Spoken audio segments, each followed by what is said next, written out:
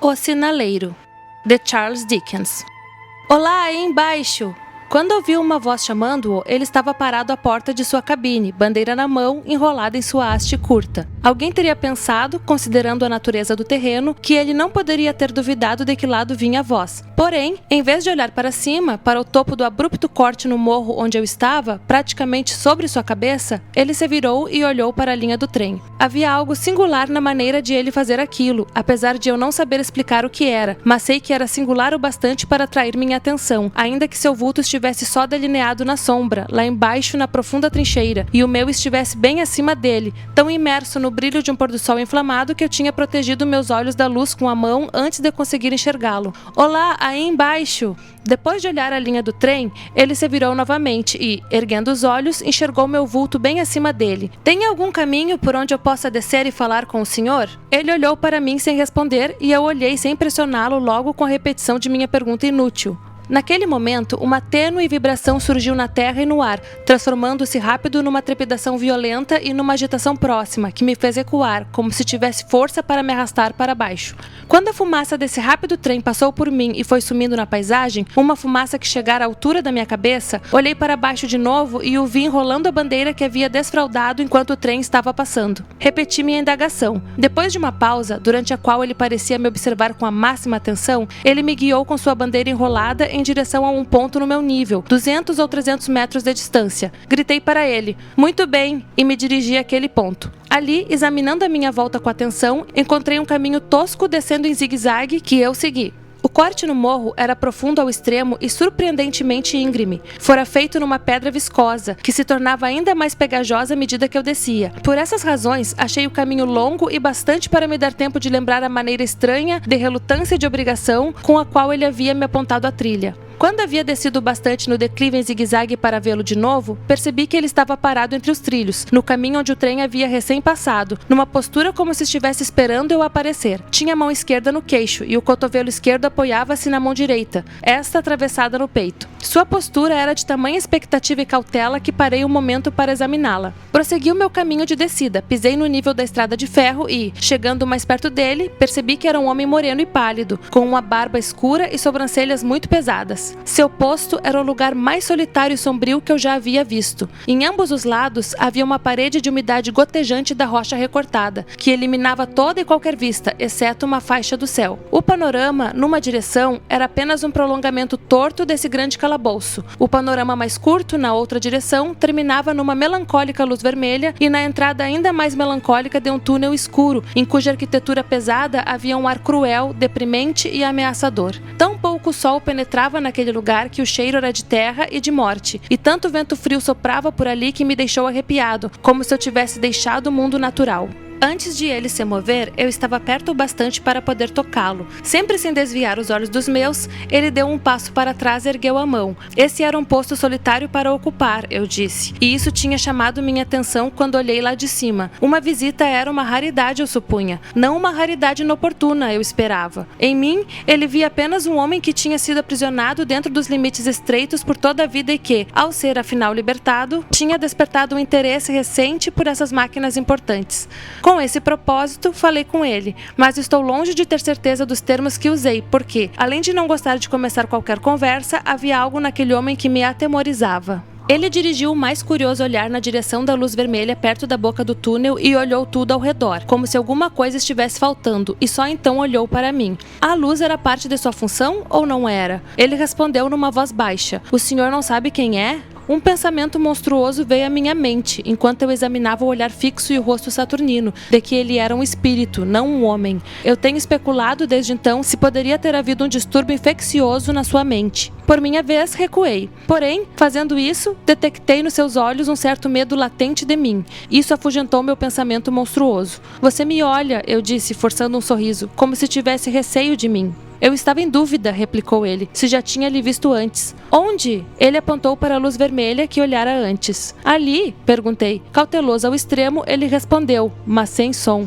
Sim. Meu bom homem, o que eu faria ali? De qualquer modo, seja como for, eu nunca estive ali, pode acreditar.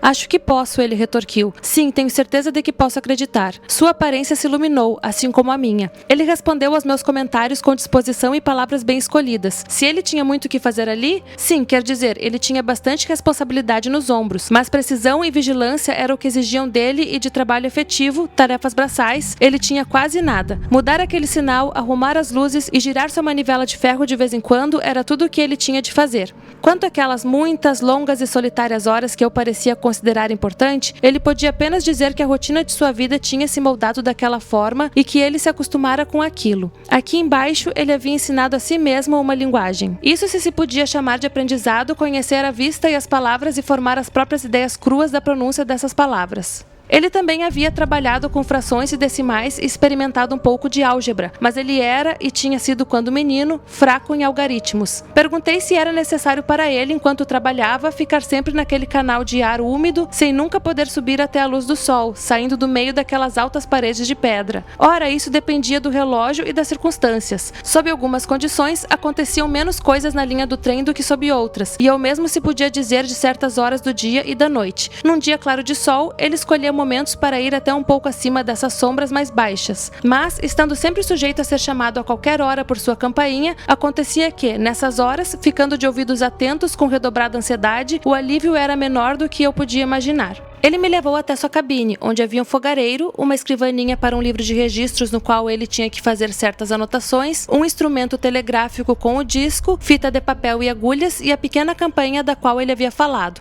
Vendo-me confiante de que ele iria perdoar meu comentário sobre sua boa escolaridade e, eu esperava dizer isso sem ofensa, talvez um nível de instrução superior ao seu cargo, ele observou que exemplos de uma leve incongruência nesse sentido não faltavam nas grandes populações masculinas, que ele tinha escutado que isso era assim em fábricas, na polícia, até mesmo no último recurso desesperado, o exército, e que ele sabia que era assim, mais ou menos em qualquer grupo de funcionários de uma grande estrada de ferro. Ele tinha sido, quando jovem, se é que eu podia acreditar nisso, sentado naquela cabana, ele mal podia, um estudante de filosofia natural e tinha frequentado aulas. Porém, ele fizera bobagens, não aproveitara as oportunidades, decaíra e nunca mais se levantou. Não tinha nenhuma reclamação a fazer, havia feito sua própria cama e nela se deitado. Era tarde demais para fazer outra. Tudo isso que eu aqui resumi, ele contou de modo sereno, com suas pesadas e tristes lembranças divididas entre mim e o fogareiro. Lançava uma palavra de vez em quando, Senhor, em especial quando se referia à sua juventude, como se estivesse me pedindo para entender que ele não alegava ser nada além daquilo que eu havia encontrado. Ele foi diversas vezes interrompido pela pequena campainha e teve de ler mensagens e enviar respostas. Uma vez, ele teve de se colocar ao lado de fora da porta, exibir uma bandeira de sinalização enquanto um trem passava e fazer uma comunicação verbal ao maquinista. No desempenho de suas tarefas, eu observei ser notavelmente preciso e vigilante, interrompendo seu discurso no meio de uma palavra e permanecendo quieto até cumprir com o que tinha de ser feito. Numa palavra, eu poderia indicar esse homem como um dos mais capacitados para aquele cargo, exceto pela circunstância de que, enquanto falava comigo, por 2 vezes calou-se, pálido, virou o rosto da direção da pequena campainha quando esta não havia tocado, abriu a porta da cabana, que permanecia fechada para não deixar entrar a umidade insalubre, e olhou na direção da luz vermelha perto da boca do túnel. Em ambas ocasiões, ele retornou para o fogareiro com um ar inexplicável, no qual eu havia reparado, mas sem conseguir definir naquele momento em que estávamos tão distantes de tudo. Eu disse quando levantei para deixá-lo: você quase me faz pensar que conheci um homem satisfeito. Devo admitir que disse isso para provocá-lo. Acho que eu era assim, ele retrucou com a voz baixa que ele usara quando começou a falar. Mas eu estou transtornado, senhor, eu estou transtornado. Ele teria engolido as palavras se pudesse voltar atrás. Ele as disse, no entanto, eu as usei rápido. Com o quê? Qual o problema? É muito difícil de dizer, senhor. É muito, muito difícil de falar. Se o senhor algum dia me fizer outra visita, eu vou tentar lhe contar. Mas é certo que pretendo lhe fazer outra visita. Diga, quando deve ser? Eu saio de manhã cedo e devo estar de volta às 10 horas. Amanhã de noite, senhor. Então eu venho às 11. Ele me agradeceu e me levou até a porta. Vou iluminar o caminho com minha luz branca, senhor, disse ele, com sua peculiar voz baixa, até o senhor encontrar o caminho para subir. Quando o senhor encontrar, não me chame. E quando estiver no topo, não me chame. Seu comportamento parecia deixar o lugar ainda mais gelado para mim. Porém, eu não disse nada além de: muito bem. E quando você descer até aqui amanhã à noite, não me chame. Quero lhe perguntar uma última coisa. O que o fez gritar, olá, embaixo, hoje? Só Deus sabe, disse eu. Gritei alguma coisa parecida. Parecida não, senhor. Foram essas as exatas palavras. Eu as conheço muito bem. Admito que foram essas as exatas palavras. Sem dúvida eu disse isso porque avistei o senhor aqui embaixo. Por nenhuma outra razão? Que outra razão eu poderia ter? O senhor não teve a sensação de que elas lhe foram transmitidas de alguma maneira sobrenatural? Não. Ele me desejou uma boa noite e levantou a luz. Caminhei ao lado da linha dos trilhos, com a sensação muito desagradável de que um trem vinha vindo atrás de mim, até encontrar o caminho. Era mais fácil escalar do que descer, e retornei para minha hospedaria sem nenhum problema. Na noite seguinte, pontual para meu compromisso, coloquei o pé no primeiro ponto do zigue-zague no momento em que os relógios distantes estavam batendo às 11 horas. Ele estava me esperando no fundo do desfiladeiro com sua luz branca acesa. Eu não chamei, disse eu, quando estávamos próximos. Posso falar agora? Sem dúvida, senhor. Então, boa noite, e eu lhe estendo a mão. Boa noite, senhor, e eu lhe estendo a minha. Feito isso, caminhamos lado a lado para sua cabina. Entramos, fechamos a porta e nos sentamos perto do fogareiro. Tomei uma decisão, senhor, começou ele, inclinando-se para a frente tão logo nos sentamos e falando num tom pouca coisa acima de um sussurro, que o senhor não vai precisar me perguntar 2 vezes o que está me perturbando. Eu confundi o senhor com outra pessoa ontem à noite. Isso me perturba. Ter se enganado? Não, essa outra pessoa. Quem é? Eu não sei. Parece comigo? Eu não sei. Nunca vi o rosto dessa pessoa. O braço esquerdo está na frente do rosto e o braço direito está acenando vigorosamente sem parar. Assim. Segui seu movimento com o olhar. Era o movimento de um braço gesticulando com a maior aflição e veemência. Pelo amor de Deus, saia do caminho! Numa noite de luar, disse o homem, eu estava sentado aqui quando ouvi a voz gritar: Olá, aí embaixo! Eu me levantei rápido, olhei por aquela porta e vi essa outra pessoa parada de pé ao lado da luz vermelha perto do túnel, acenando como lhe mostrei recém agora. A voz parecia rouca de tanto gritar e implorou: Cuidado, cuidado! Eu peguei minha lanterna, liguei no vermelho e corri em direção ao vulto gritando: